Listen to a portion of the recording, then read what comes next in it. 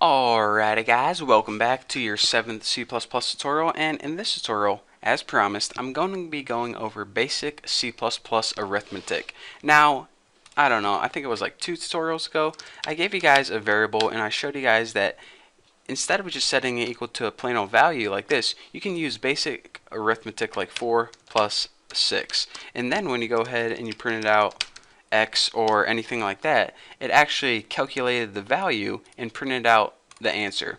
So go ahead and run this and you see that X now equals 10, 4 plus 6. So aside from addition, I want to show you guys all the arithmetic operators that you can use, and they're a little bit different than you might expect. So let's start with the easy ones first. The first one is subtraction, and of course, like 8 minus 4, this would be valid. If we go ahead and build this, we saw that the answer would be 4. So addition, subtraction, easy enough. But also, aside from addition and subtraction, you can use multiplication. But make sure not to use X like that, because that'll mess up. In order to multiply in computer programming, you use the asterisk, and that's the symbol above the 8 on your keyboard.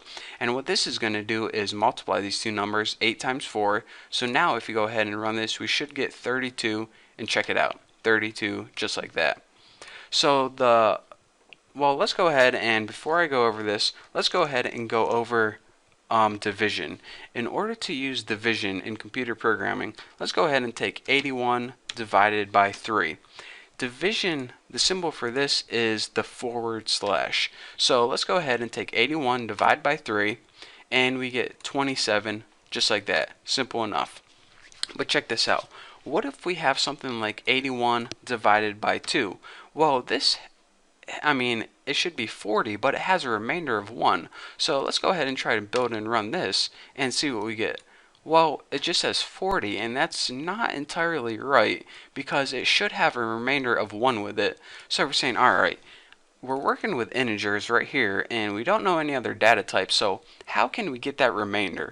Well, whenever we want to use the remainder, we need to use something called the modulus operator, and that is the percent sign like this. What this is going to do is it's going to give you the remainder of the answer. It's not going to say 40 remainder 1, it's just going to give you that 1. So let's go ahead and build and run this, and you can see that whenever we do 81 modulus 2, it's going to give us the remainder, which is 1. So let me show you guys a better example, maybe 24 modulus 7.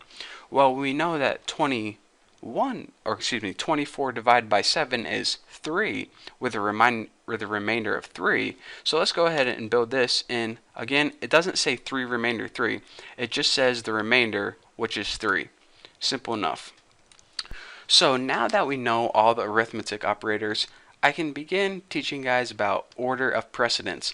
Now, aside from just, one number arithmetic operator, another number, you can have complex calculations like 6 times 4 plus 8 times 4 plus 9 divided by 20. And if we go ahead and build and run this, let's see what we get. 56. We're saying, alright, so what order is this doing this in? Is it doing 6 times 4 and then plus 8? Or is it doing, 4 plus 8 and then times that by 6? Because depending on how you do it, it's going to come out with a different result. So the basics is this. If you remember way back in like 7th grade math, you know something called your associative property, and that's pretty much this. Anything that's in parentheses gets done first. If you don't have any parentheses, it goes like this. It does all the multiplication and division, which would be this, this, and this. It's going to do that first, and then it's going to do your addition and subtraction. If you don't have, if you just have like 4 plus 8 plus 7, you're saying, alright, then is it going to do 8 plus 7 first or 4 plus 8 first? It really doesn't matter. It comes out the same either way. The only time you have varying answers is when you have like 4 plus 3 times 7. For example, if you did 4 plus 3, it would be 7 times 7 would be 49.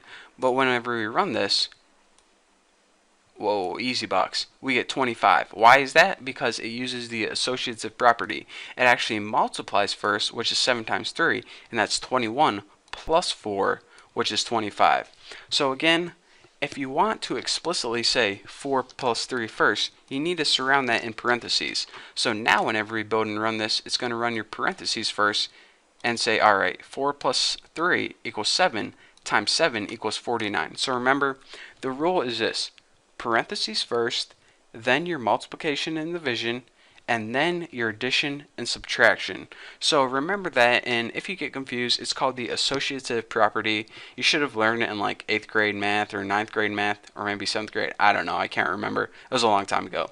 For now, that's all I want to talk to you guys about: basic arithmetic and how it works in C++. So for now, that's all you guys get. So thank you guys for watching this tutorial. If you have any questions, go to my website, thenewboston.com, and click on forum, and you can ask me there. So one last time, thank you guys for watching. Don't forget to subscribe, and I'll see you next video.